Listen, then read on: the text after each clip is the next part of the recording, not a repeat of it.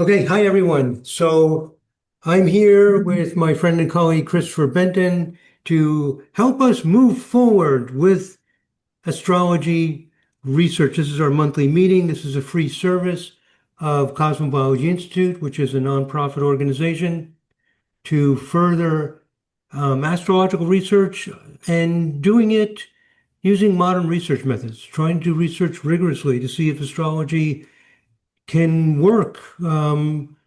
When analyzed using modern research methods. So um, I don't have any research projects that you guys have sent me ahead of time. If you did send them to me, you could put it in the chat or um, get a hold of the microphone and let me know what you're doing. Last week we went through Greg's research in some detail. Greg Howard, who just came in. Hey, Greg. And um, But before we get going with any research topics you guys want to get into, I have a big announcement. Um, the Cosmobiology Institute is going to have a conference, a real live in-person conference in 2026, and we're calling it the Cosmic Discovery Conference. It's a live conference. It's going to be in Nashville, Tennessee. Everybody who asks would also be online. I know I can hear people thinking that already. It's like the first question. And the answer is no. Unfortunately, it's going to be live only. It's our first conference. We don't want to, there's just so much we can do. We're really excited about it. We've got, um, the concept for it and finalizing the hotel arrangements and all that kind of stuff. So within a week or two, the announcements will start going out, or possibly sooner. And Angela is here. She is the conference coordinator. And Angela, why don't you tell us about the hotel location and the exact dates and anything else? Yeah, so thank you guys for coming, and you're the first ones to kind of hear the release. I'm hoping to send out an email to everybody on Thursday morning.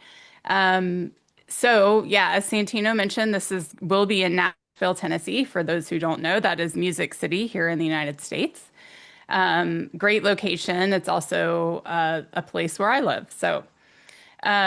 The conference will be in April of 2026, April 24th through the 26th are the planned dates. I'm going to put a link to the hotel site in the chat. It's at an Embassy Suites at a hotel just south of Nashville in a place called Cool Springs or Franklin area. So we are planning to offer a pre-conference meeting workshop on the morning of the 24th. So if you get in on the 23rd, you could do the pre-conference workshop the morning of the 24th. And then our opening ceremony will be that evening. So really, we start to get things kicked off on the evening of the 24th. Is And that then Friday? it is a Friday. Yeah. And then Saturday, we're going to have all day with great plans and great discussions and presentations. And we can talk a little bit about that later. And then on Sunday, we're going to do kind of a half day of planned meetings and presentations. And then for anybody who would like to, if they need to leave on Sunday afternoon, that's your option. If you would like to stay, we will do a Sunday late afternoon workshop. And then I am going to host a Nashville night out on Sunday night. So if anybody would like to go downtown, we'll have a registration set up so that we can have plans to go have dinner somewhere or go catch a show.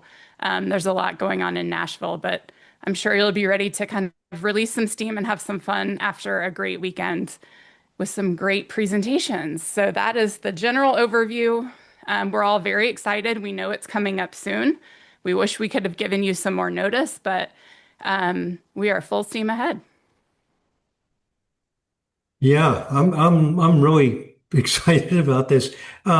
Any questions or thoughts about the conference, and then I want to listen to whatever research topics or questions. Like I said, I don't maybe I lost track of things people have brought up. I know several of you are considering doing research, are doing research, and we can pick up with that. But any One of the questions about the conference? Yeah, go ahead, One Angela. thing I did want to mention is we're hoping to have this set up for Thursday. The registration will be available starting July 1st is our goal. But the email with the details will be sent out on Thursday. Also, if it's not on Thursday, it will be soon after.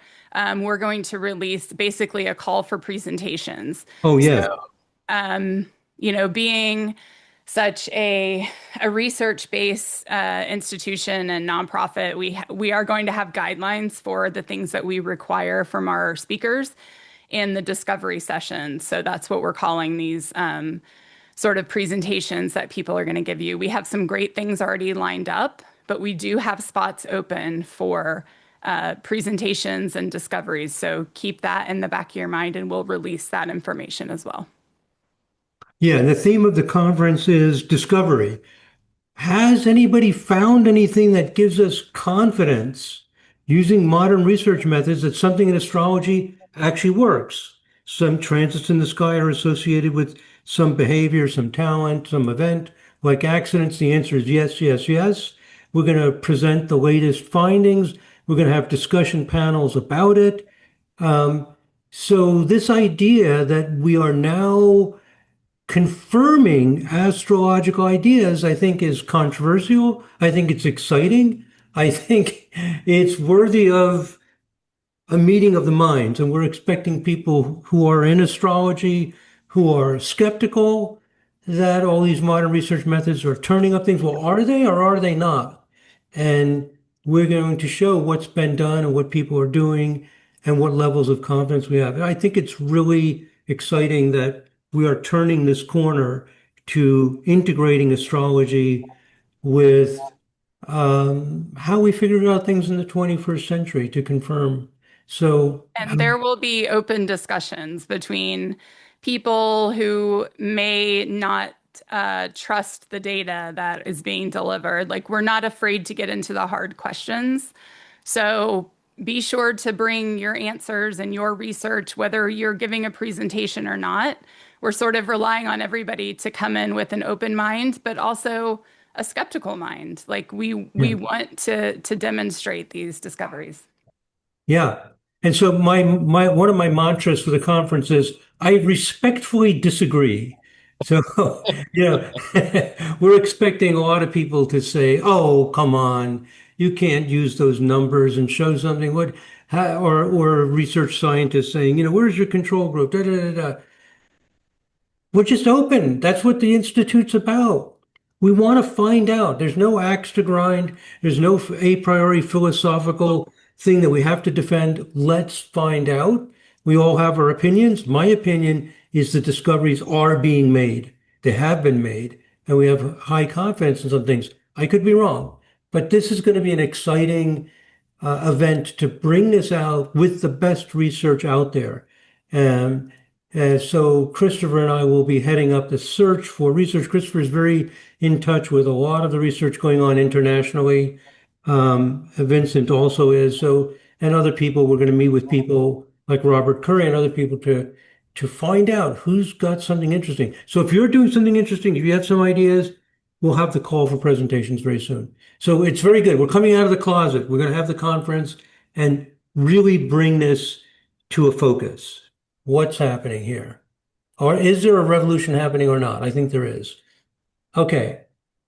Any other thoughts, or are you guys ready to bring up who's got some research questions, some ideas to pick up with? I may have lost track of some things. Anybody have a topic you want? It could be a research project or it could be a question about research methods, anything at all.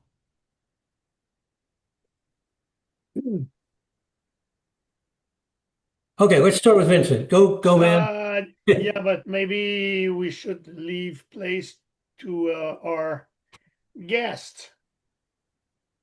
When you ask this question, you have something, a project or something, does it include us or? Well, let's the see if guest. one of Vincent's on the board. Let's see if one of our guests has a question first. If not, Vincent, we'll open it up. We'll let you start off. 'Cause But we're more interested in the community. We're here for you guys. yeah. So And I'll just Vincent's part of the wait. inner core. We want to be servants. We don't I've want to got be. something very exciting, but I'll wait. Okay. Yeah. Let's see. So, anybody want to bring up a topic? Any question? Anything you're doing research on? Greg, are you pretty good with the? I'd like to hand it over to somebody else this time, but we had a lot of fun last week going through your research. Um, no? Should we give the floor to Vincent? Anybody have? Let me check the chat. Where's my chat? In case anybody's typing in there. Okay. No, no questions. Well, let's give the floor to Vincent. He's Can I doing have? amazing research. Yes, it's And then, new. maybe you guys will think of something as we move along tonight. Yeah, Vincent. you're not even you, Santino. You don't know what is it. It is Oh, because it's very. It's been in the last month. Yeah, I oh, was wow. full time with Hubert Brun, a guy from France who should be with us, but he doesn't speak English. Hmm. So it's sad. But can I share only one, just the abstract? I do a sharing. Am I allowed to do it? Yeah, let me stop Yes. sharing I send a and request. You okay. tell me. Before you do that, let me interject something. Yeah. Uh, Yes. just because somebody speaks only French should not be a deterrent. There are enough people here who speak French and can translate. I would think that we would want to invite the French-speaking only speakers to speak and Mhm. have some then subsequent translation. Yes. You're right. Also, There's a Zo- functionality in Zoom that gives you CC in French. This yes, is what you're going to say, Angela? absolutely. I would It, love to give it's it a try. I don't know. I haven't used it personally, but I it's would love to perfect. try It's it. it's really Yeah. good. It's really good. Oh, wonderful. Let, Okay. let me let me share something with you. One Yeah. of the students in my beginning class only speaks Japanese, Mm. and she has some kind of a program that will real time translate what we're saying, and she uses that to hear what's going on in class. Now, it doesn't give her a good enough situation that she can like respond to things immediately in class, but she can listen in class, and then she translates things after she gets home, and she sends me back her homework in English. And it's really pretty fascinating, but she's figured out a way to do that. I think this is all worth trying. This brings me back to 1953, when the guy who eventually became my PhD advisor was working on translating Russian into English with a computer. He's the first guy ever to try and do that. And I was a guinea pig in his thesis. So this reminds me of the history of translations in computer systems. Yeah. Hey, Santino, I think Greg Howard is trying to share, but he says he can't unmute his microphone. So you might want Yeah. I don't know why he's not able to unmute. I mean, people What can year was unmute. that? Yeah. Click on the ask him to unmute button, um, Santino, and that might give him something he could use. Okay. I just sent him a notice to unmute. Oh, there. Oh, no, he's unmuted, but we still can't hear him. Something on his system. He needs to try to work on his microphone, go into his microphone Yeah. audio setup. Yeah. Well, getting back to this translation thing, I just want to underscore what Peter said, and I'm really glad he brought it up. Cosmobiology Institute's international. We can't be restricted by nations or anything else. And, English is a prevalent language, but it is not universal. So we need to adapt to Vincent, to your friend. He doesn't need to adapt to us. We need to adapt to him. So Mhm. and Kai mentioned, and Angela, and a few people mentioned that the Zoom translation tools are pretty good. Yeah, Mentioned she uses them. So We we also need to adapt in the future to the time zone differences too. yeah, that's another thing we need to do. Yes, but I just want to make it clear that CI is international. We're dedicated to moving this forward and helping the people out there. And because somebody doesn't speak English is not a reason for them mm, to not be fully partic. We'll figure it out. We'll make it work one way or another because yeah. this is too important. There's, with some notice. We just need a little bit of notice. yeah, we need to work on it. We need to We'll try get it things set out. up. But we'll get it so we can meet with him or her, online, try some things out. Um, yeah, but we need to do this because it's too important. I don't know why, but I don't have any access this time to my CC English. I just pushed a good button. See, show captions, and I don't get it. Caption English. I select English. Normally it comes, but I don't Hmm. know why. I don't know what happens. Maybe Yeah, someone will I help don't me. know. I don't know either. But But anyway, yeah, why don't we start, Vincent? You've got okay. me Yeah, my interest. okay. You see my screen, upper screen. So I do no, I share. So I select my screen number 2 and I share. So you're going to see a translation. You see it, Hold on. Google Translation. There it is. Yes, we see it. So the left part is what I was written in the last days. So it's a research. It's a follow-up to a research we've done together, and that was published in January, last issue of a correlation. But now this is the famous problem. Should we reverse the zodiac in the southern hemisphere? We know that the seasons are reversed, and this raised question about interpretation of the signs of the zodiac, which could be linked either to season in the or to something else. What do you do with the equator? There's a problem there. In our research, we avoided that limit case. We have very often this type of limit cases in astrology. For instance, at the end of a sign, end of Aries and 29.6 and beginning of a Taurus, are you primary or secondary? Are you quick or slow? Come on, It's there's a got to be difficult problem. So we avoid it. So connect to between 1 degree first north and 1 see degree if it was necessary to reverse, we avoid too close to the equator. That's a deeper problem. Vincent, there's We a problem there that between 1 degree north, 1 degree south, sure. or 2 degrees or three, it doesn't matter what it is, there's a disconnect.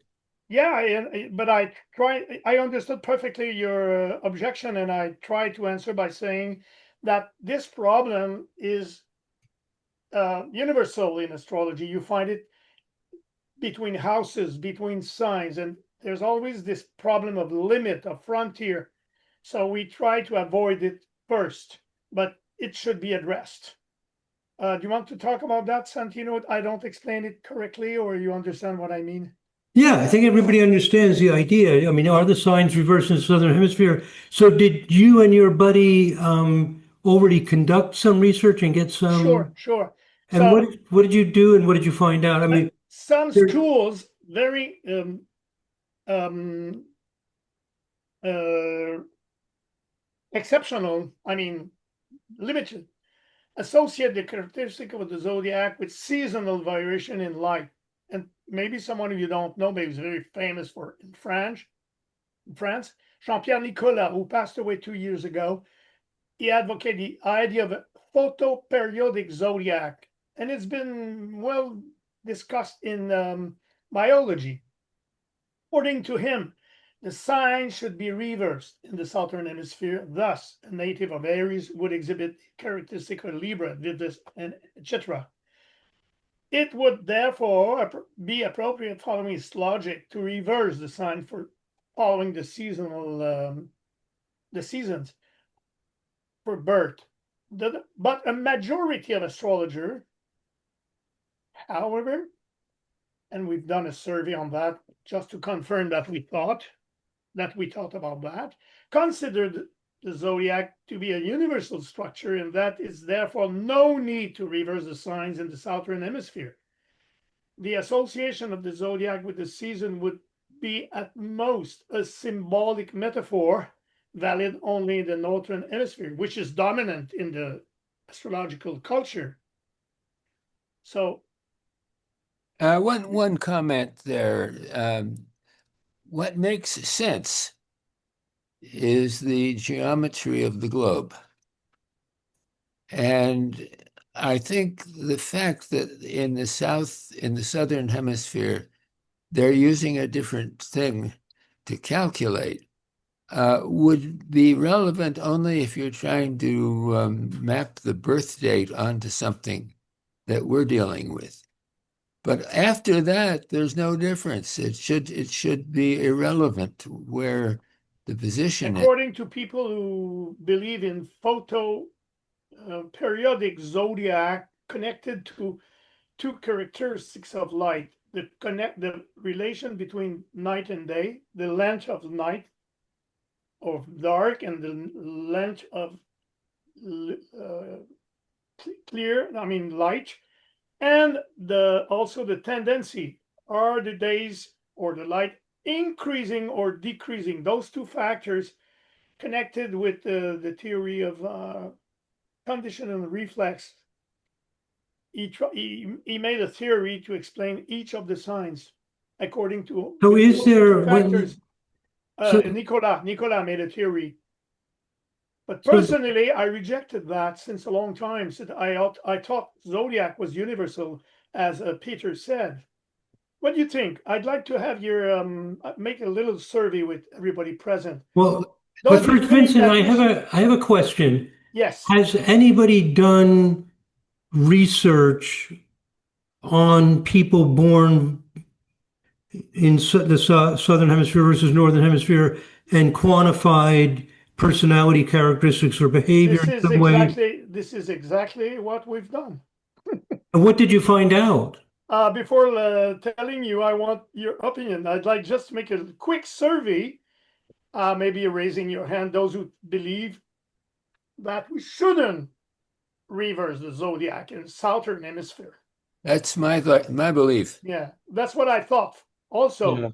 I I would like to confirm. ask a question. Yes, When you say reverse the zodiac, do you mean to consider that it's Aries down there when it's Libra up here? exactly. Okay. That makes no I've sense. got. Oh, Can I make a point from the southern hemisphere? I'm Yes. speaking Yes. from the southern hemisphere, right? And I would like to say that looking at the zodiac, the initial problem is that the standpoint for viewing the zodiac is from the North Pole. It doesn't work from the South Pole. When we look at the zodiac, the ascendant is actually in the west where the sun sets. So astrologers of any note in the southern hemisphere have to throw the whole thing out, right? The whole thing. And that is why I've embraced vibrational astrology. I just wanted to point that out. Thank you. To get rid of the signs. Well, But do you believe that an Aries should be interpreted as a Libra? Someone born in April should be interpreted Well, as I a think Libra. Santino Yes. has a lot of research in the Penelope Yes, is going. I would like I saw yes. Did you say yes, Penelope? Do you live in southern hemisphere? Wow. Australia. Yeah. Wow. This is impressive because a majority of even southern astrologer don't think like you. But okay, keep it. Okay. Okay, Other people want to talk? Yes, I would like to say something. Yes, Linda.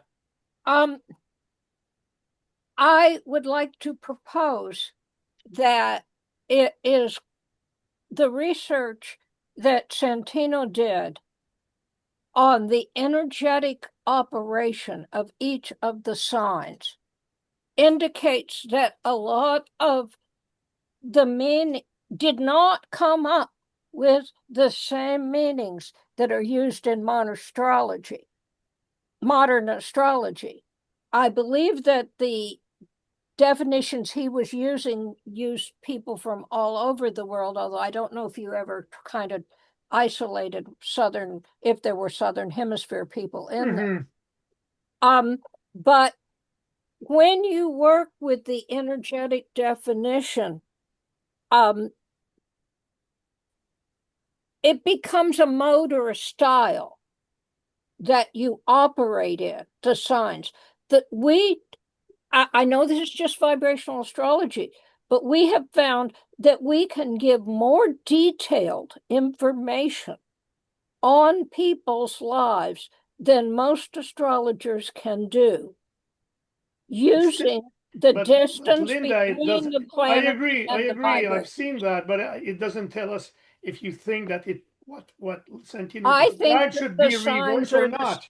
I think the signs are the same all over. I Okay, just don't okay, think the meanings of okay. them are the But with meanings more people are refined, using. interpretation, I read a few, and it's even if it's more refined, it's coherent with what I usually understand of signs. It's not a complete revolution like a It's not a Libra is not a complete Libra anymore. revolution.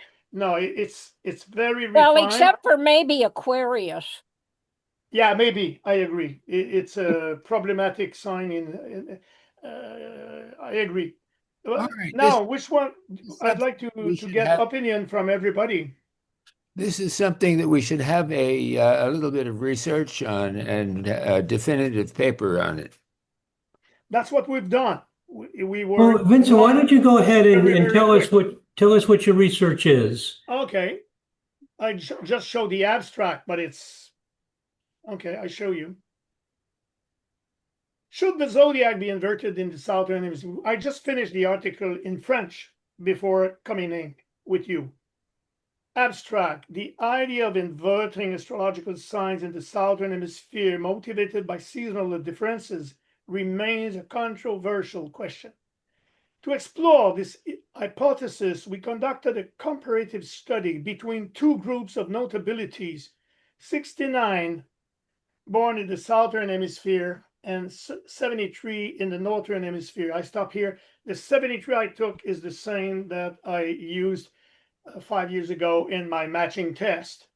So that's A and B quality and etc. The 69 are A or B, nothing less.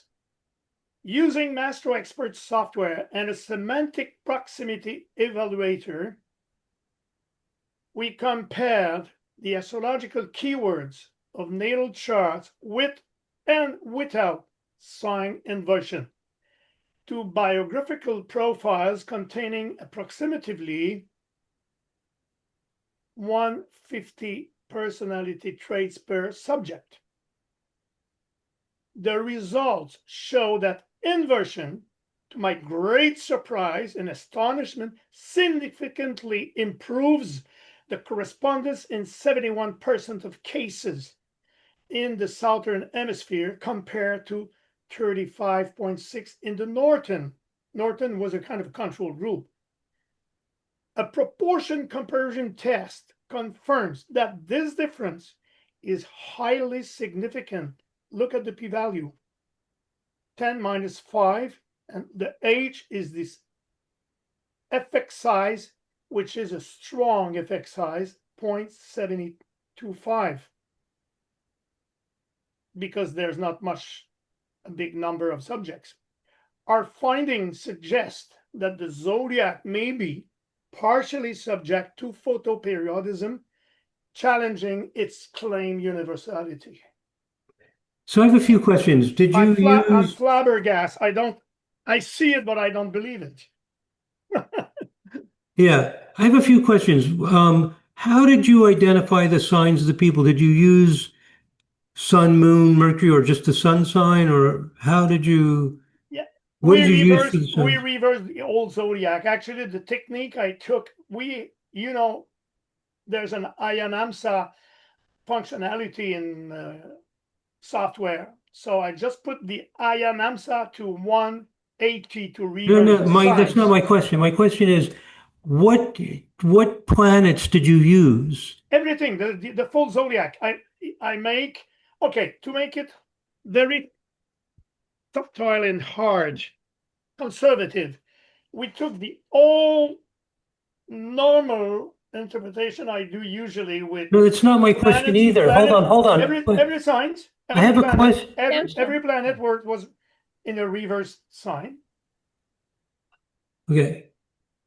So Because did you weight all you- the planets the same? You gave them all like 1 point? Even did you give Pluto the same weight as the sun? all planets were treated the same way as the sun.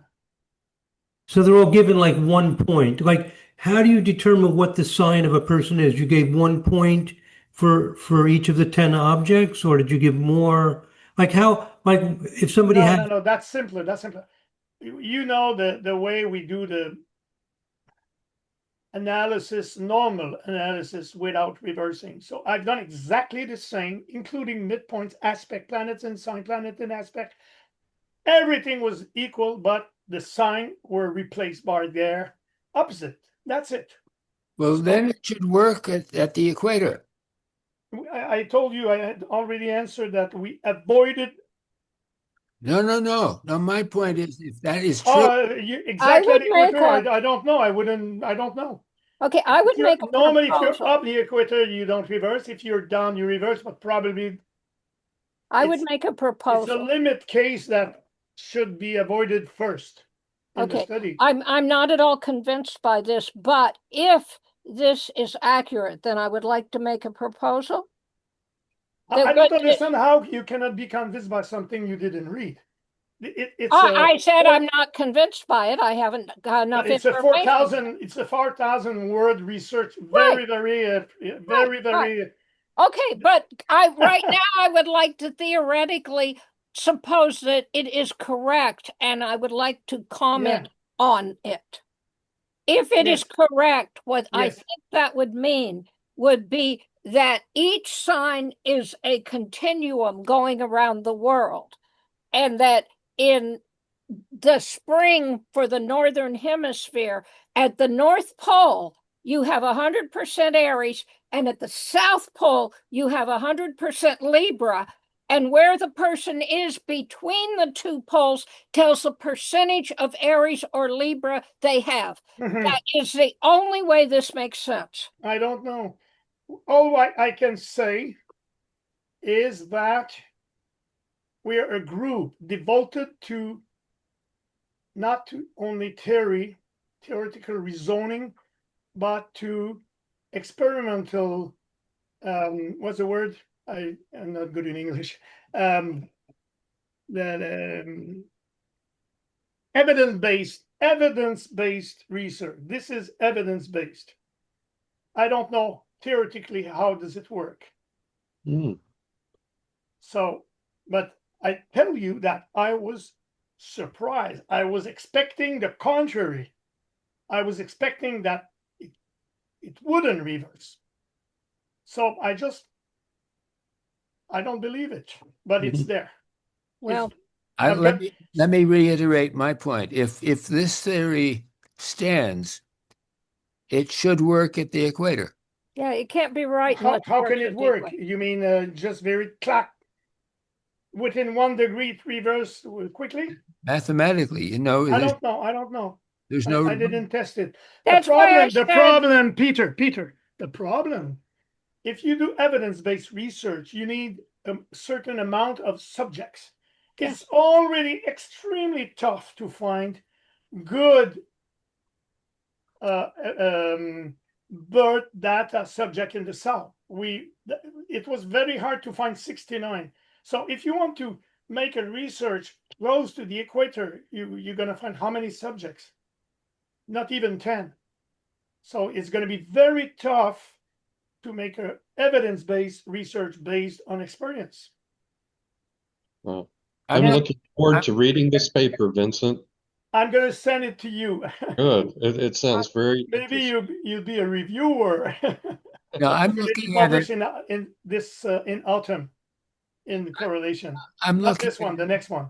I'm looking at it from the point of view of a mathematician. Excuse me, what? I'm looking at it from the point of view of a mathematician. Yeah. Where it has to be a continuous theory that works everywhere. That's what I'm saying. And what would you say from one sign to another, Peter? I think the You signs may be irrelevant. when you go from No, no, no, no, no. 29 degrees of You're barking up the wrong tree because you're dealing with something that is in traditional astrology. It may be completely wrong. so this all research would be total nonsense if science doesn't carry any meaning and only connection between planets, harmonics and midpoints and things like that are making sense. Well, the This point, all research is there's no point there. I mean, it's completely. my point there is that mathematically, the aspects, the eye angles are immune to where you're in the north planet or in the northern hemisphere or the southern or on the equator.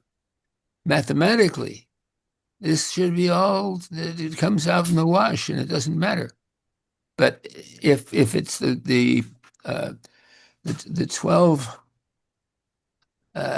things that you are dealing with are standing in your way, maybe they're wrong. But do you think the signs are relevant or not in astrology? I think they're less meaningful than most people think. Well, that's what we I don't found in understand the VA. answer. What did he say? I don't understand. He says there's less meaning than most people think, and that is what we found in There VA. are no meaning at all, or few, less than. I always thought that aspects, even midpoints, are lots more meaningful than planets and signs and planets and houses. We agree on that. We agree on that. I've maintained that for 50 years. But how do you explain such a result as 10 minus 5 with h equal 0.275 with only switching from inverting the signs? There might be an extraneous variable. It's not impossible. If you have 72 people, you're averaging about 6 people in each zodiac sign, right? Mm-hmm. If I'm understanding this correctly. 6 people above in the northern, 6 in the southern, roughly. And there's going to be cultural tendencies, like whatever words are associated with Aries in Mastro are going to show up more for particular groups of people and whatever's associated with Taurus. So people in different countries, people of different gender, people of different ages, and also globally, certain signs are going to, some people are going to, globally, certain signs are going to stand out as correlating more. So there's always the possibility, yes. Let me just finish. There's always the possibility of an extraneous variable where perhaps the sign associations happen to fit people who live in Australia or Argentina or whatever. You know, there's always the possibility that you have something that's correlated with the signs. That's actually not the signs, especially with a small sample size. It's not impossible. It's just these things have to be looked at. But the astrology was developed on northern hemisphere, so the connection you're talking about, how could it take place? Even though your sampling procedure doesn't bias towards that with a small sample size. For example, if you were just to if you run the zodiac sign associations with people, some signs will score, the words for some signs will score higher than others, I'm assuming, regardless of the signs in your chart. See what I'm saying? I don't understand. All right, suppose you've run the Mastro for me. If I'm understanding this correctly, it's gonna give me a weighting for the different signs. Is that correct? I'm not sure I understand. For only words, which are connected to planets in aspect in signs. Well, that's what I meant. The words. You have a word. Okay. You have a list of words for Aries. Is that correct? No, it's not correct. I've got a list of words, not even for planet in Aries. I've only for planets in Aries in aspect. Composite. We have composite word factors only. Then how Okay, There's so always an aspect. I wouldn't treat any information without an aspect or a midpoint. okay, well, see, that's why we need to read the research to find out what it is. Yes, So yes. actually, what you're doing is you're researching interpretations of aspects, and those interpretations include the impact of the signs as well. Is that like Mars is an Aries square, Jupiter is Sure. Cancer? I take the complete interpretation, like what I've done when I've done the matching test. So Yeah, when I've done the matching test, I was matching a chart with different people. Now I match two different charts to the same people, but it's the same type of analysis. yeah. And I just Well, want to say something. All the theoretical consideration that are expressed, I would say that it plays against the research. It's noise. So if you find such a value in spite of what was said since 15 minutes, this is incredible because everything you say plays against finding such a value. can you We replicate this? should incline in front of values like that.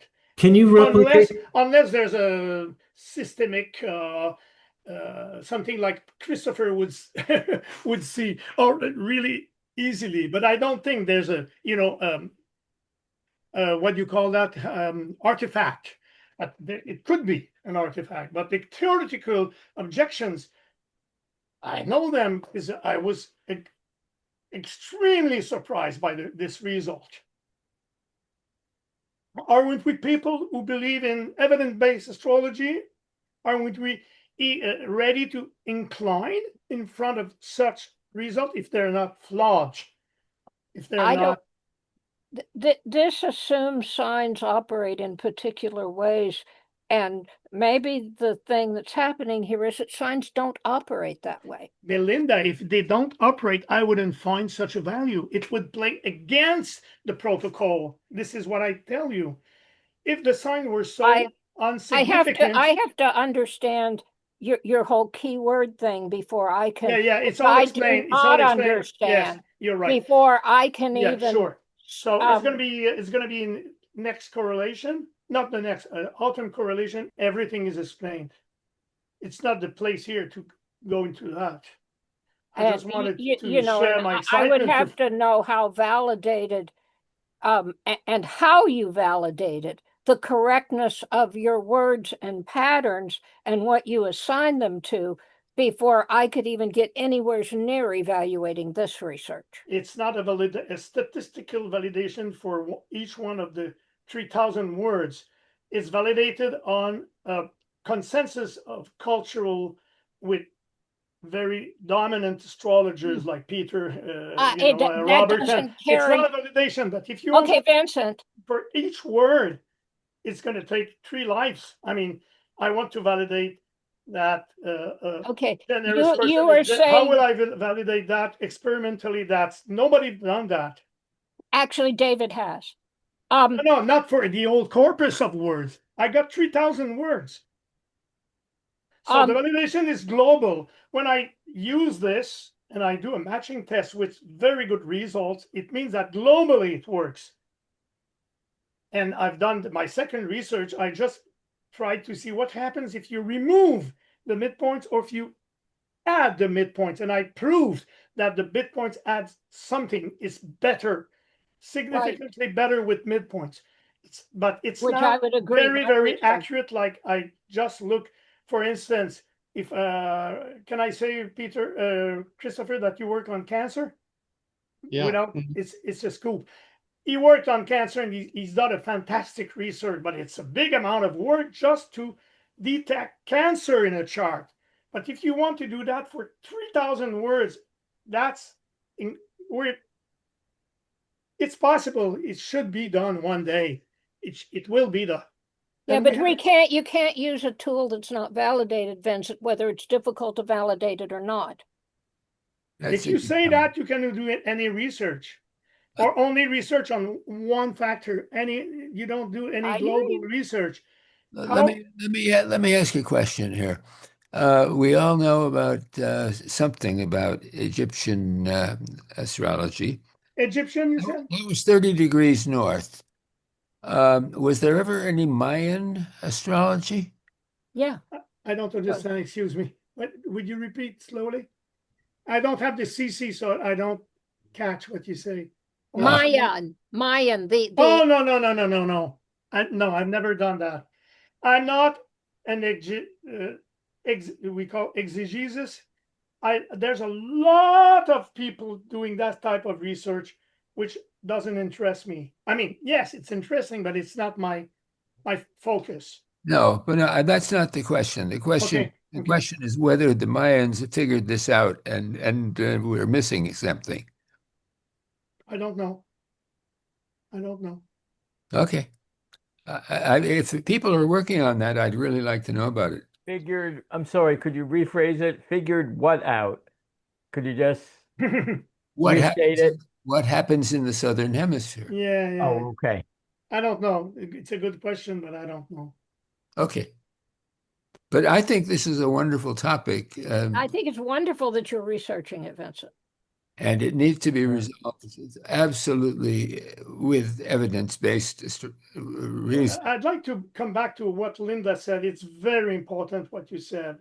If you work with a tool which has not been validated, like it's, there's a lot of prejudice, beliefs in that tool, I agree. It's based on good authors, but even the good authors could be misled by tradition. But all that plays against evidence-based results. I mean, if your tool is flawed, if your tool is not validated, you won't find anything. It's chaos. So it's obvious that the tool should be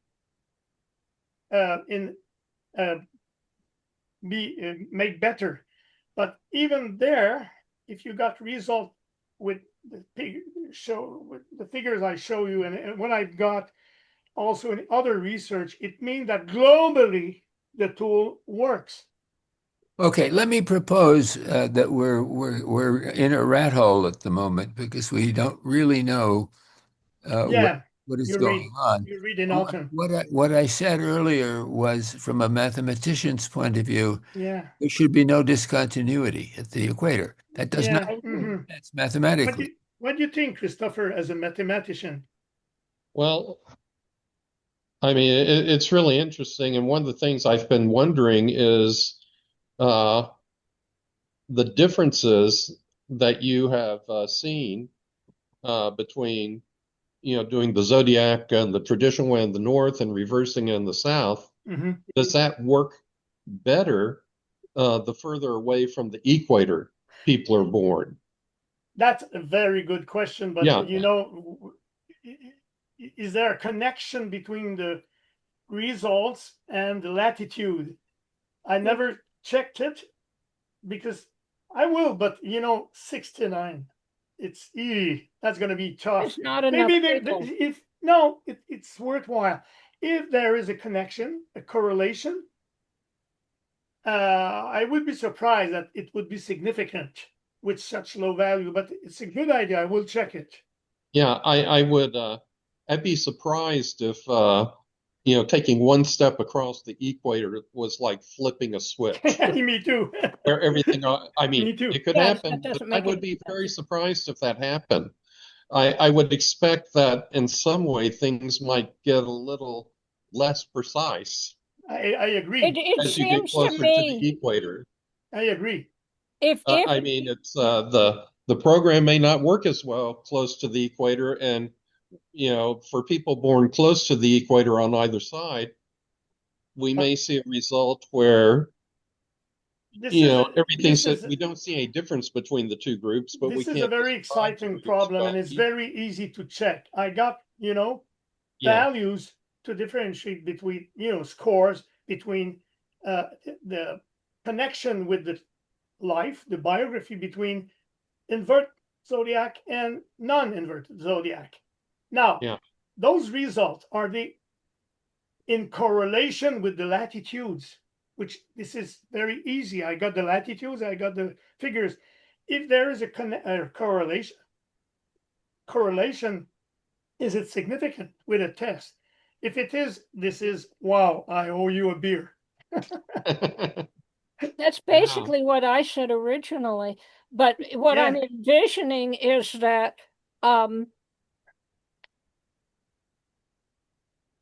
if you figure it's 180 degrees from the northern hemisphere to the southern hemisphere, if you're at 45 north, then maybe you're 75% Aries and 45% and 25% Libra. It's If possible. I you're don't at know. the Yes. equator, you're actually, each of the signs is 50% Aries and Yeah. 50% Libra.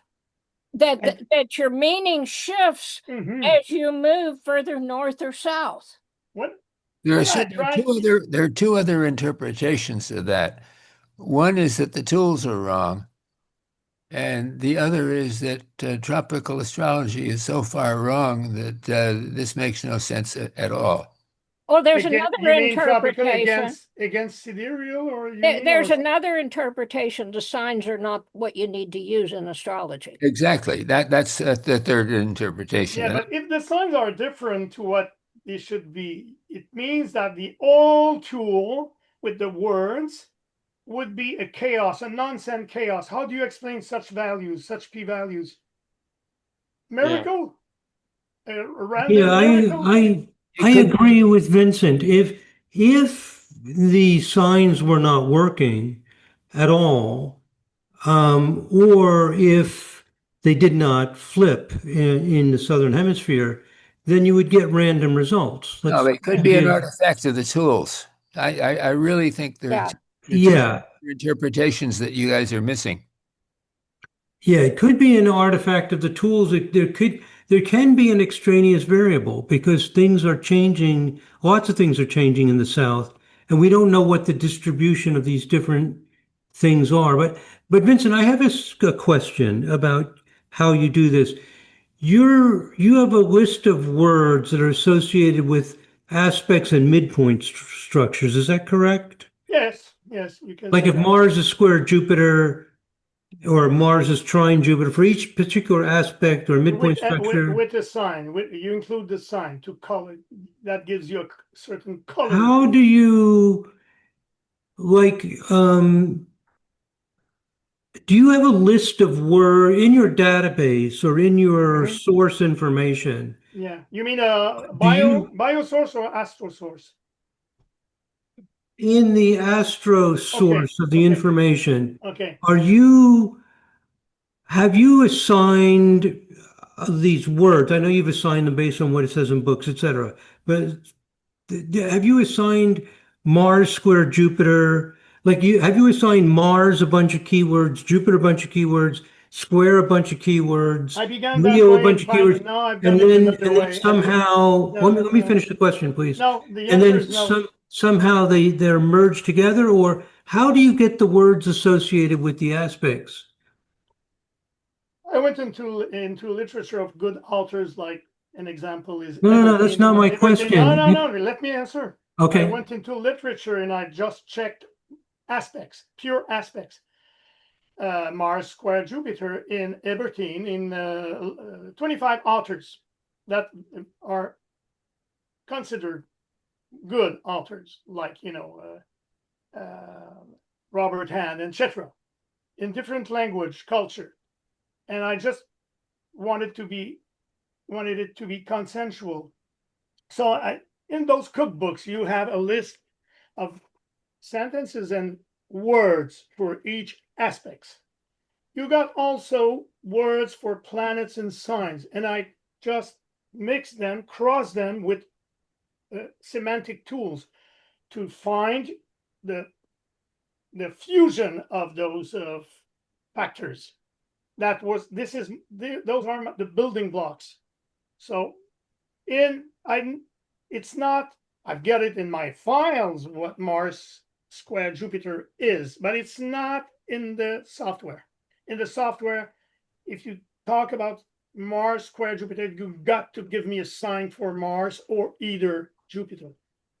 this is what I call the expert system. I wrote a lot of articles on that. It's on YouTube. It's in a lot of, but people don't read. Now, Vincent, let me be clear. You're saying that if you have Mars square Jupiter, you have to know the sign of one of the two planets and not Yes, both? to get an interpretation, yeah, with words. You have it, but that if Mars was in Aries and square Jupiter, Jupiter could be in Cancer or Capricorn. Yes, you're right. But And so how can you only use one sign and get an answer? The answer is very easy. When you interpret Mars square Jupiter, you don't have any sign. It could be in any sign. It's worse. At least here I qualify the Mars. I've got another interpretation that would qualify the Jupiter, and the computer, the software will mix those two. If you have, for instance, Mars square Jupiter with Mars in Aries and Jupiter in Cancer, you're gonna get 3 sets of words, one for Mars in Aries and the other one with Jupiter Cancer, and then the algorithm, the probabilistic algorithm, will make the fusion of those. I don't know if it's clear, but it's the way it works. But I thought you it's said very you hard to didn't. explain. It's very hard to explain like that. I mean, it's wow. You should read the articles. Well, I thought you said that you didn't have to have the sign of Jupiter. You could just say Mars in Aries. Yeah, you got two interpretations. One with, because if I just designed Mars in Aries, square Jupiter in Cancer, and another one for, it's you would need like more than 60,000 in text. So I limited to one sign, but I got two interpretations, one for Mars Aries square Jupiter, and the other one with Jupiter either Cancer or Capricorn for Mars. Oh, okay. But it's there, but you have to, but the building blocks are separate, but the algorithm will combine them. Yeah.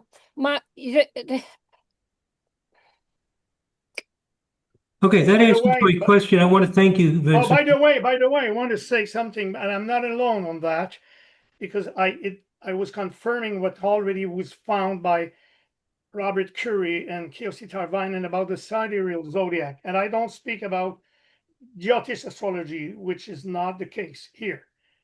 I mean the Occidental siderealists who will switch the meaning of signs by 23 degrees. Occidental sidereal astrology. So when I've done my research 5 years ago, the matching test, I tried to switch from tropical to sidereal, changing nothing else. I mean, I got exactly the same aspects, it was just changing the signs, like what I'm doing now. And you know what I found? Total chaos. It didn't work. Very interesting. Total nonsense. So I'm not against Eastern tradition, Jyotish. I don't talk about that. I talk about people who would just change the meaning of the signs. The Occidental siderealists would change the meaning of the signs. It's in the research. It's you come from 10 minus 5 to 50%. It's chaos. Mm-hmm. So it confirmed what has been found by other people than me. It's not fun for certain people to hear that. Maybe here we have good siderealists, Occidental siderealists. I apologize, but this is what I found. Yeah, I want to say I have a fair amount of faith in the validity of Vincent's program because I've read a lot of his papers and I've seen it work in a lot of instances. If it wasn't valid in what it was doing, I wouldn't have expected it to succeed in things like chart matching, or in clarifying that a sidereal zodiac doesn't work with Western methods as well as a tropical zodiac, or the studies that he's done on different house systems or progressed aspects and the moment of death. There's a lot of studies Vincent has done, which the results give me a fair amount of faith in his system. Regarding his current paper, I'm looking forward to reading it, but I can't really critique it one way or the other And until Christopher, I what do sit you down. think? Christopher, what do you think of the Donald Trump interpretation that you got with you remember? Which one? Don, Oh, yeah, when you had yeah. because he's got Yeah, that will was you just tell a one. word about that? That was funny. That was just one interpretation by your program, but yeah, if I was making decisions based upon just one bit of evidence, No, I'd say that's anecdotal, that's but it was funny. Okay, look, this has been a wonderful discussion, but Yeah, thank you. I have great faith in Vincent Masson. Thank you. I believe that I have great faith in mathematics too, and that there's something fishy here. And I don't know whether I am not putting blame on anybody, but I am unlikely to put the blame on mathematics, which suggests that the tools may be all wrong. So I don't want to come to any conclusions here. I'm going to read the Yeah, paper. but if there's a flaw or an artifact or something, I hope people more knowledgeable than me will find it. Yeah. Yeah. We should read this very carefully. Sure. This is a And I can't wonderful, say wonderful anything discussion. until I read the Thank you. paper.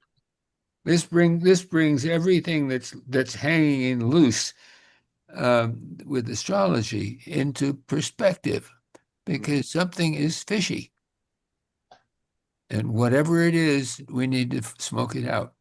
Okay, look, we spent 45 minutes Thank you. on this subject, and I think that's enough for Yeah. Let me Uh, just say one thing very quickly, just to finalize one point, that if you were to redo the study and give a percentage strength based on the latitude of birth, or another possibility is you Yes, redo the I'll do it. study, I'll do it. Yeah. or another possibility is you redo the study with slightly different keywords associated to, for example, the zodiac signs, and see how that affects the p-value and the percentage of cases, because that would help clarify what's going on. Because if you do it by latitude and it works even better, it means that your first model was in the right direction and you've refined it. If it doesn't work as well, then I agree. this would help us know more clearly exactly how this is working. Because it appears to me from what you've presented so far that you found something extremely important. And I think follow-up studies Yes, that would that's look crazy. at it in different ways would help refine our understanding. I wanted to just put the stress on this figure. You see the 75, 71 successes of inverting the zodiac in South. There's still 30% that doesn't work. Let's say I find that this 30% is more close to the equator, then maybe it's connected to the latitude. That would be It could be. incredible. I would be Wow. flabbergasted. That's Yeah. very interesting. Thank you for giving me that wonderful trail to explore. Yeah. I would also like to pursue what the Australian and Brazilian astrologers do, because that has to fit into this picture somehow. Yeah, they don't reverse. They usually don't reverse. I was surprised that Penelope is a reverter. That she reversed, she said, but normally they don't. And I got a big discussion about that. Yeah. For all the reason that would explain why they don't reverse. Yeah. In the article. Yeah. Yeah, the impression Vincent. I get these days is that a lot of astrologers feel that aspects are what are strongest Yes. in determining things. Signs are weaker, Yes. and houses are probably even weaker still. And, Yes. that can explain why, even if astrologers down under are not reversing the signs, assuming that's the correct thing to do, but Yes. even if they're not, they Exactly. could still be getting good results because the aspects don't change. This is my first point in my explanation in the discussion. The second point is opposite signs share a lot of characteristics. Right. Yeah. So a Scorpio like Linda and me, we share tenacity. I don't say stubbornness, Linda. We are not stubborn, but we're tenacious, like a Taurus, like Santino. So we share things. It's harder to differentiate between, and Virgo share with Pisces service. Right. Compassion. A Scorpio is a closet Taurus. Yeah. Vice versa. Vincent, I'm just wondering in your closet study Scorpio. if I'm just wondering if you reversed the nodes as well, the meaning of the nodes. The nodes, it was included in the research, yes. Did you reverse them? I reversed the signs. So the North Node, which was in Cancer, now is North Node is in Capricorn with different interpretation. Yes. Okay, thank you. Yes. I Maybe have it's not I the have a good- question for Vincent. Yes. Who talks? All right. And it's Oh, just a very Scott. quick Okay. passing question. Okay. You worked a lot with Axel Harvey, did you Yes, not? he was a very So close friend. What did Axel make of, or did he ever address the hemispheric sign question with you? It's funny you asked that. Someone told me from memory that he was not sure that he was agreeing with reversal, inverting. That would be very surprising. I don't remember. So I tried to find in his Consideration magazine. I have them all to make a research with words, and I didn't find anything. I don't know. I really don't know. It's a pity. I regret every day I think of him, and I regret him immensely. I was very close to him. Maybe were his papers ever collected and put anywhere? Yes, I've got the Consideration magazine. Mm-hmm. He worked in the magazine under two names, Axel Harvey, and another name, which is the name of a famous Quebec painter, Camille Pellon. So that's Okay. Axel with a different name. So I'm gonna look deeply. Oh, thank you for. I forgot to do it systematically. I will dig everything in the Consideration. I got Fantastic. in my computer, and I will look for it. If I find something, that would be a very good, a very good validation, theoretical validation. He never worked on that subject because it was not possible at the time. We need a lot of data. We didn't have before 2000. It was not possible to do that. Anyway, we're all looking forward to reading your paper. I hope it goes into correlations because I still have a subscription to it. Yes. David, is it possible for us to download the chat? Or do you have to send us the chat when we do the recording? I could email it to everybody. Yes, email it or email it to me and read what I wrote in the chat, David, later. Okay? Okay. Yeah. All right. I'd love to see that. I'd also like to know, Mr. Newman, you say you're a mathematician, and how long have you been studying astrology? Over 50 years. Awesome. Who was your teacher? Not that makes a difference. Helene Woodman was her name. She was a astrologer in New Jersey and then in Los Angeles. And I've believed strongly in aspects since then. She studied Chinese astrology, Egyptian astrology, Indian astrology. Indian astrology, in my case, has an aspect for me that says death of sons, and both of my sons died when they were 20. Oh, wow. Sorry, what is that aspect?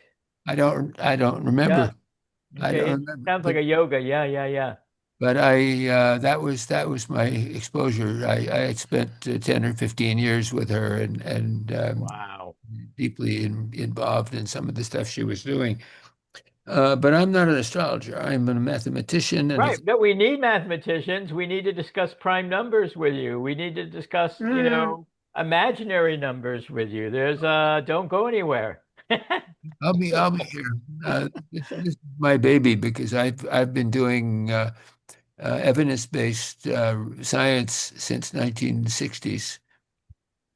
And in many cases, 1970, I did something for the NSA that had hardware, software design that was NSA, I'm sorry, what is NSA? National Security Agency, Okay. funded by them. They wanted a hardware design that could be formally proven correct. Wow. And I did that. That's my second effort to do evidence-based. Two more very quick questions before I get back to Tino. One, have you written any astrological papers of your own? No. No, okay. And are you familiar with the work of I never will until we resolve some of these issues. okay, Arthur Young. Are you familiar with Arthur Young's work? No. No, I'm not a okay. detractor. I'm not a advocate. I am an advocate of evidence-based astrology, and that's why we started this whole group, because Very we cool. really want to put some legs into the science of what some of you are calling astrology. Yeah. Thank you. I just was curious. And Thanks for asking. No, I have devoted my life to evidence-based research. So well, I Peter wanted is to a start. great benefactor of our organization and also plays the bassoon in the symphony in San Oh, Francisco. that's so cool. So Sorry, maybe I'm an oboe player, so the double reeds have to stick so together. are we talking 55th harmonic here? Are we talking some good rhythm? Oh, absolutely. I was playing. I'm playing French horn in a park band. I'm playing trombone in a swing band. I'm playing Oh, how cool. bassoon in a symphony. It's not the San Francisco Symphony, but I've actually just had a wonderful opportunity. I've just endowed a perpetual endowment fund for the San Francisco Symphony Chorus, which is one of the best in the world. The board wanted to get rid of the chorus, and they were out of their frigging minds, if you'll pardon the expression. I missed what you said. Do you sing or you're just in the organization? I sang with the Harvard Glee Club for 6 or 7 years. Oh, yeah. Sung in opera. I've sung in I ran a madrigal group. Oh, wow. We Great. share this love. I'm a choir. I sing in OSM, Orchestra Symphonique Montreal. Yeah, And wonderful. in 2 days, we begin the rehearsal for once again. Yeah, Many times I've done the call off Carmina Burana. Carmina Burana. Yeah. Yeah. That was the one that caused You such. sang that. Yeah, that was the week that they did the rehearsal for that was when they gave me an award for what I'd done to the chorus. Do you know of Anton Querty? Yes, but not personally, or I'm not No, familiar, but I know the name. Yes, he's very famous. He was in my music camp when he was 11 years Wow. old. Oh, And he he's was very one famous. of the greatest pianists I'd ever known. I knew Wow. I really. used to play French horn and an occasional shofar. That's Yeah, right. you're a musician too. Yep. Yeah, I knew Anton I'm very. very happy. I'm 75 and I still sing with the same voice than 30 years ago. Yeah. No aging for the moment. No. That's Anyway, keep it that way. Yeah. Anyway, David, I didn't mean to digress us. So No, whatever. this Okay. is like an elevating meditation. Exactly. I'm just kind of in bliss here listening to this. The music of the spheres. That's the what mu- we're talking about. Right. Oh, hey, listen, I've got something that relates to the geniuses who are not infallible. The woman who founded my music camp in 1942, I went there 46 to 50 for 5 years, 5 summers. She played first violin in a string quartet that Einstein played second violin in.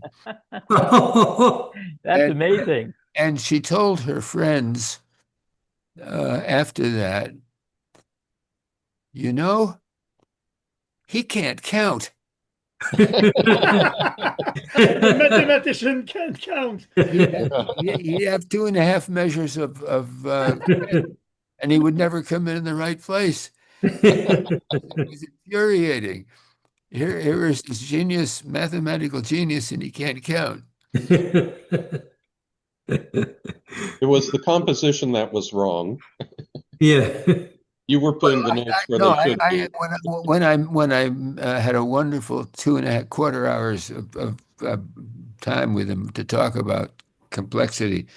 After we talked about complexity from Gregorian chant to Mozart and Beethoven, I said, "Tell me, what do you think of Johannes Brahms?" And he said, "I have never understood Brahms. I believe he was murdering the midnight oil, trying to be complicated." I'm not sure I understood everything. Would you repeat it slowly? I did. What did he say? He said, "I have never understood Brahms. I Wow. believe he was burning the midnight oil, trying to be complicated." Who said that? Einstein. That's weird. No, because Brahms had all the cross rhythms and the counter melodies and all of this stuff, and he couldn't play that on the string It's quartet. a very complex music like Bach, but romantic. I'm a Brahms lover. I sang the Requiem, German Requiem many times. It's Bach is one of my structured. favorite. Yeah. And you know, the Liebeslieder, Yeah, they're wonderful. that's wonderful. Absolutely wonderful. Well, what happened with me is that the symphony chorus walked out on strike for the Verdi Requiem because they were being screwed by the board. Oh, And I came in at that point and had an interference with the board and had a lot of involvement with them.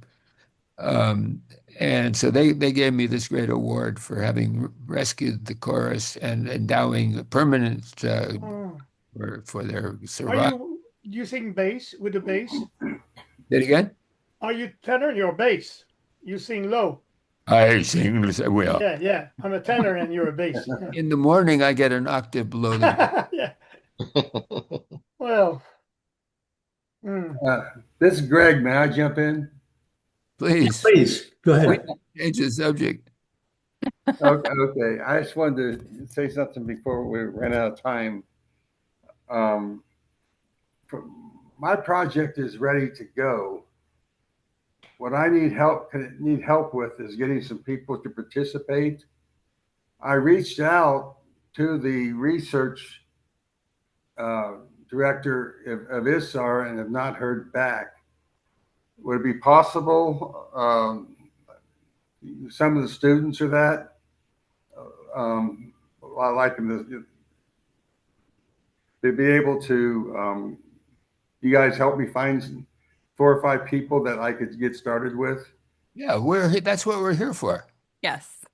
Because that's what I need most right now. Now that we had a really great discussion last month, and I integrated a lot of that into my protocol for the research. Although I do want to say, after I started out with about 180 names, I got down to about 55 after screening them for those with a AA Rodden rating.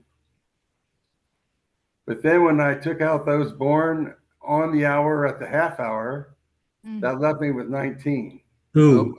Yeah. Oh. Wow. What I can do if I do have to go beyond that, now that's 19 charts, but within those charts, each has 10 planets. So in different life activities, so it's still possible to get 3 or 4 case studies from one chart. Well, maybe if I need more, I can always go to an AA rating and still use the same screening criteria. Maybe that assumption that you have to be born at 12, 17 is a fallacious assumption. It comes from tropical astrology, and it may be completely wrong-headed. that may not be the right thing to be looking at.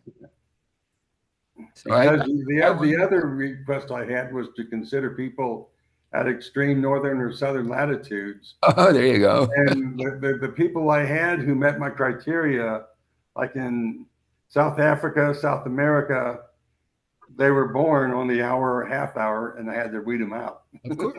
Oh. I think that may be the wrong thing to do. If you're looking at aspects rather than exact positions, you're better off. Yeah.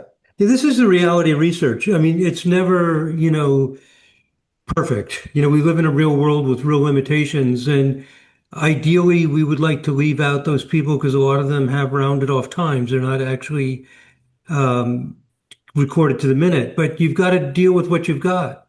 So, there's always measurement error, and in order to have, but you need a minimum size. So maybe you have to include the people on the hour and a half hour, so you've got enough of a sample size. I mean, these are the trade-offs we always run into in Yeah, research. well, I was born at 8:30 at night, and my chart's extremely accurate. Yeah, Using let's go 8:30. with that. No, but seriously, you have to compromise. This is the reality. We don't have infinite amounts of money and time, and even funded research doesn't. So, if your sample size is too small, then you could put the people born on the hour and half hour in. I think it would be worth doing a study that keeps all of that data and compares it with the refined version where you throw it all out and see whether there's any difference.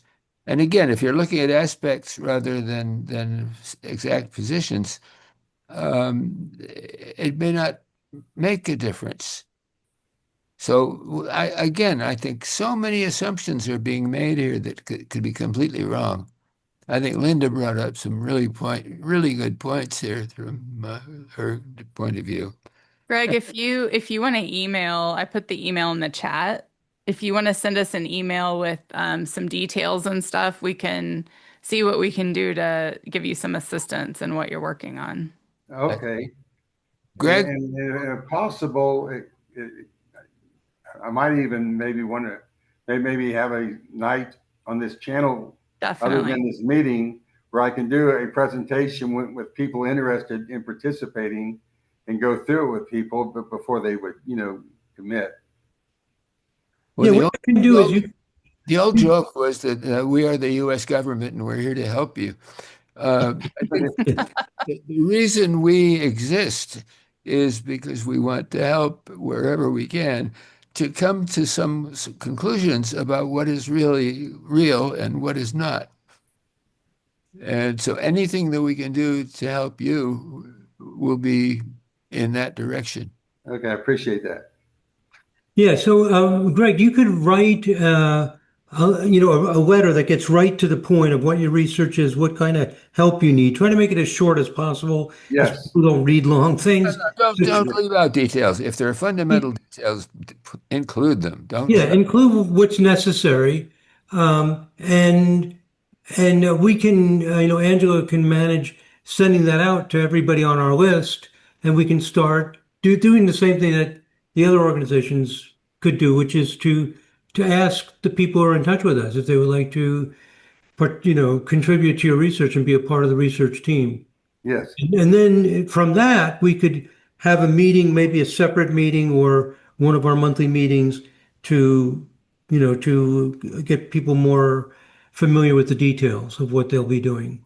Yeah. Okay. Well, and also, we should put up Vincent's paper on our website as soon as it's published, or as soon as it's. Well, I don't know if that's legal. He's gonna send it to Correlation, and I don't know if they'll be happy if we do that. We could put a link. We could put a link to the correlation. They're an online. Yeah, that's fine.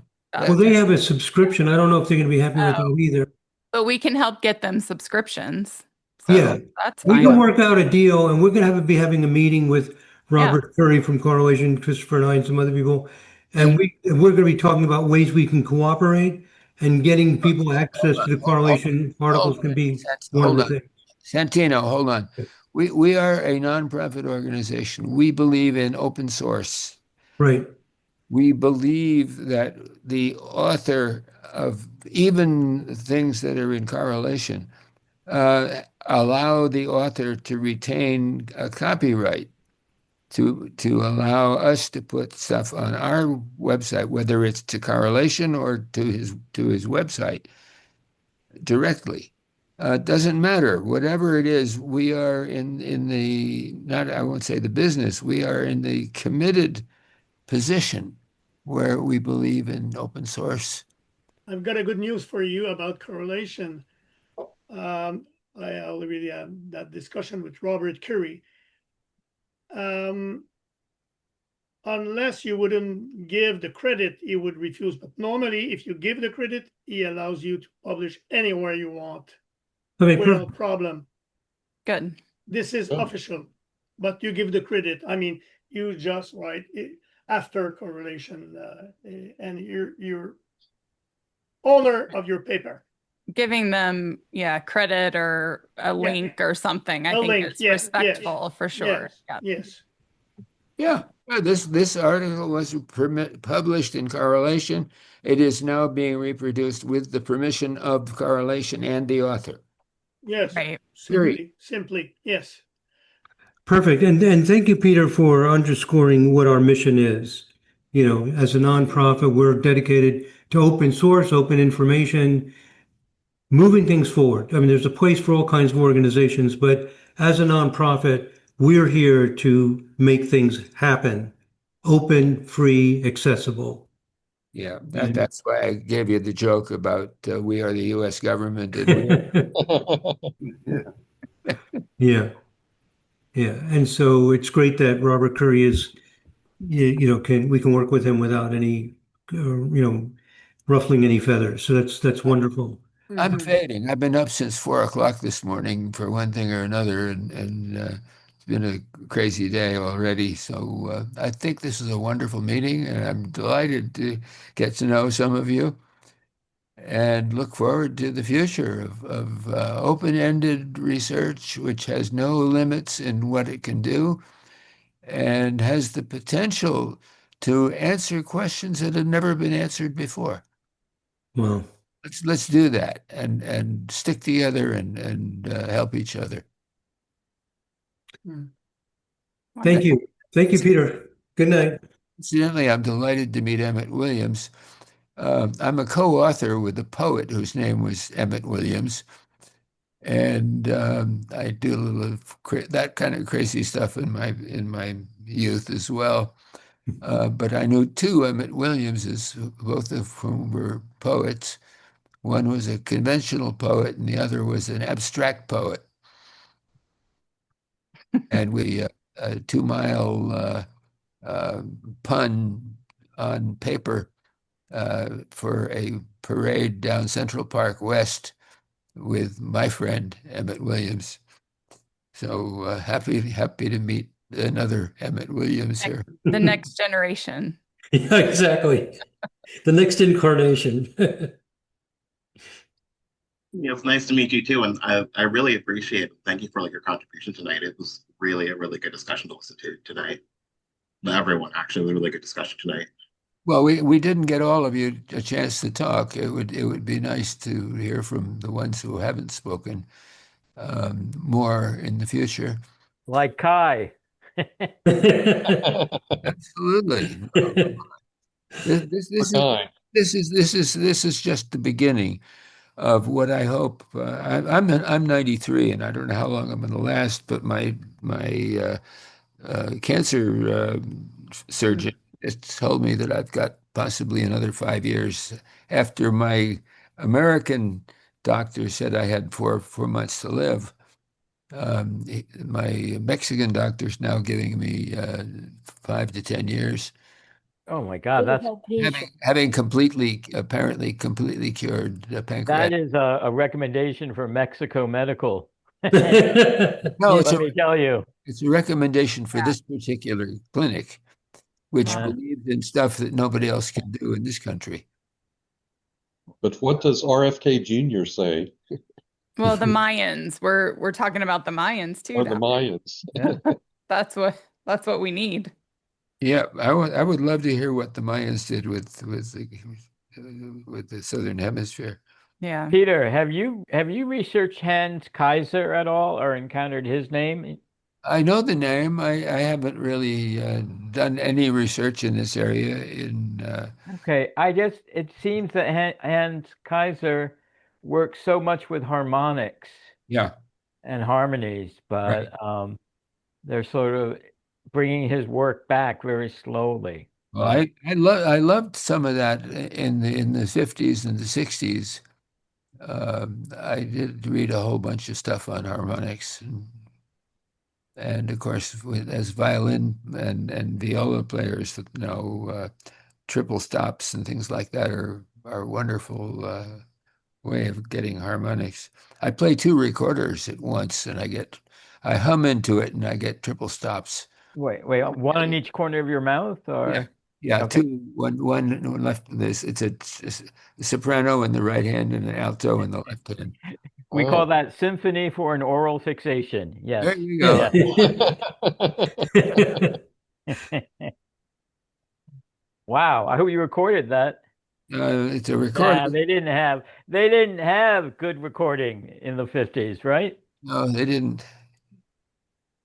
But I've done that. I did that once. I studied conducting with Herbert Blumstead, who was one of my great heroes and mentors. And I performed two recorder stuff for him once Oh, cool. in the meeting where everybody had a chance to play something. And I did that, and he's never forgotten it. In since 1955, it was. Every time I see him, he says, "You're phenomenal that you can do that." So, just one more crazy thing that I've done in my life. I played a theremin once. I've also played the oldest organ that's still playable in Germany. How old is that? 15, 7, I don't know, 15 or 1600. Wow. Did you feel something? Did you feel different? Oh, it felt wonderful. The tone was wonderful. The sound was wonderful. Wow.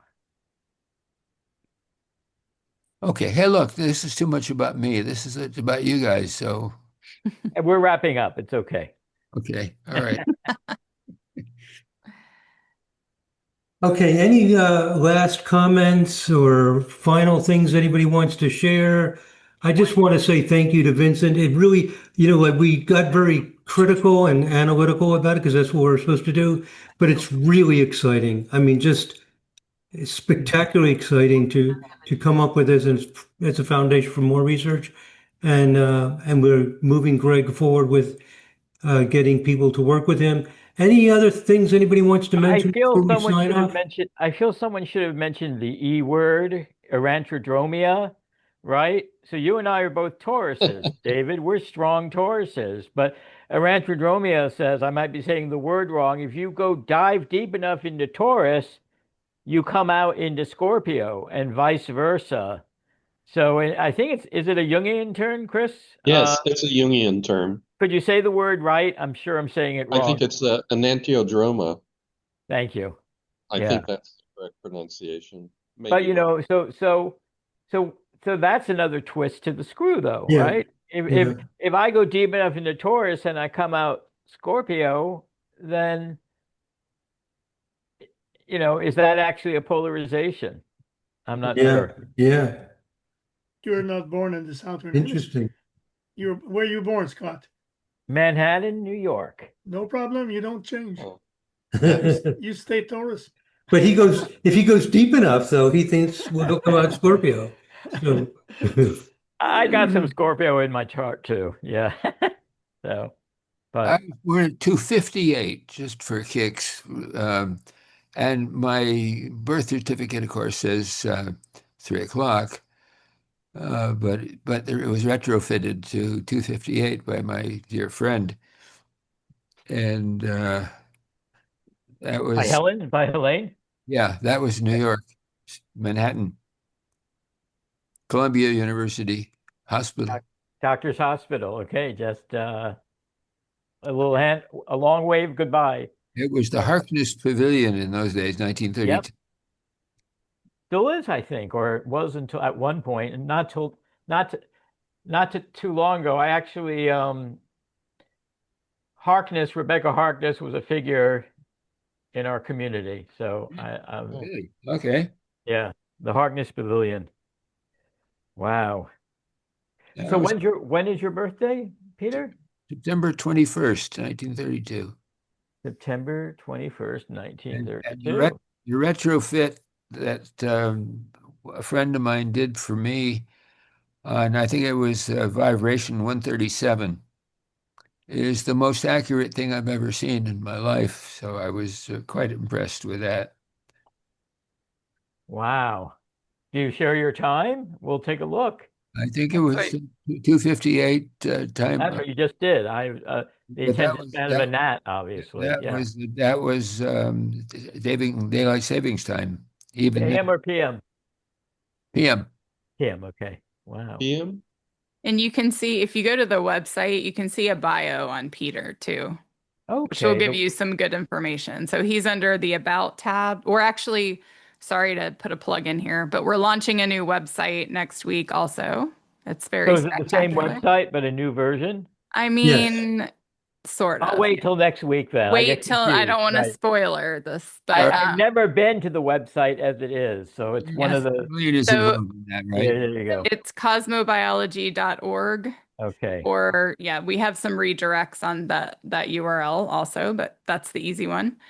And yeah, so on the About tab, it has a bio of Peter, which I think is great cool. if you're doing some research on his information. I want to look at 137. Hey, that's Yep. all. That sounds exciting, right? But Yeah. thank And you. everybody look out for the email on Thursday about the conference in April. Sorry to interrupt. I have to put in some marketing you plugs didn't. here. No, Okay. that's good. Thank you. Every group Thanks, needs its momentum engine and its marketer. Yes. well, I'm one of a couple, but I do think it will be a fun conference, and I'm really excited about all the presentations that we're going to have and the different speakers. Did you say it was going to be in Nashville? Nashville, Tennessee. You can't get any That's so better than great. that. Who doesn't want to go to Nashville? Right? Exactly. That's exactly true. I'll let Santino wrap it up. Sorry to interrupt everybody. Yeah, okay, everyone, thank you so much. This was every meeting's different, has a life of its own, and I just really love this exciting new research from Vincent and helping Howard move along, Greg Howard would move along with his research, and finding out about some of the hidden inspirational things that go on that helped ignite Cosmobiology Institute. And one thing they say about genius is it's this intermixing different modalities of thinking and experiencing. And Hemispheres, we got if to, you will. yeah, we got to see how a lot of us are turning on different sides of our brains and our psyches and souls, and it all feeds into evidence-based in the end, which is, sort of the target of what we're doing here, but it takes a lot to get there. So, yeah, it's a very, very inspiring, and you can see why I'm so enthusiastic about CI. This is where my heart and soul is. I'm very excited about it. Okay, are we all good for tonight? Yeah. Yes, I'm in. Okay, and we'll be getting the email from Angela about the conference probably Thursday and the Once call for papers and all that stuff. Not to put astrology in, but once this very long void moon is over, we're going to release it to the to the world. Okay. Scott, on a totally different note, when I was about 18, 19 years old, I studied ballet on a scholarship from Rebecca Harkness. Oh, wow. Wow. In Manhattan? Yeah. In Manhattan, you studied? Where did you study? There was a teacher, a representative she had in Texas at Southern Methodist University. And so I studied there. And then the same summer that I had a summer scholarship at American Ballet Theater School, a lot of my friends from Texas had a scholarship at Harkness House in Manhattan, which is where the Harkness dancers were, trained and took classes. Amazing. If only we'd had cell phones, you could be showing us the footage of yourself at 19 dancing. I got at least one picture. I had a lot more hair back then and a lot more superpowers, but eventually I had to quit dancing because of injuries. And so, as I tell people, as a result, I had no choice but to get a PhD in mathematics instead. Okay. Very inspiring. Thank you, everyone. I think we can close up now. Anything else? We good? All right. Okay, thank you so much. You'll be hearing more from us about the conference, etc. And I hope to see you all next month. And as Peter said, we want to hear from you. We want to hear from all of you attending what you're wanting to do, what you're wanting to learn and experience. We're just here to help move this forward. Okay. Good night, everyone.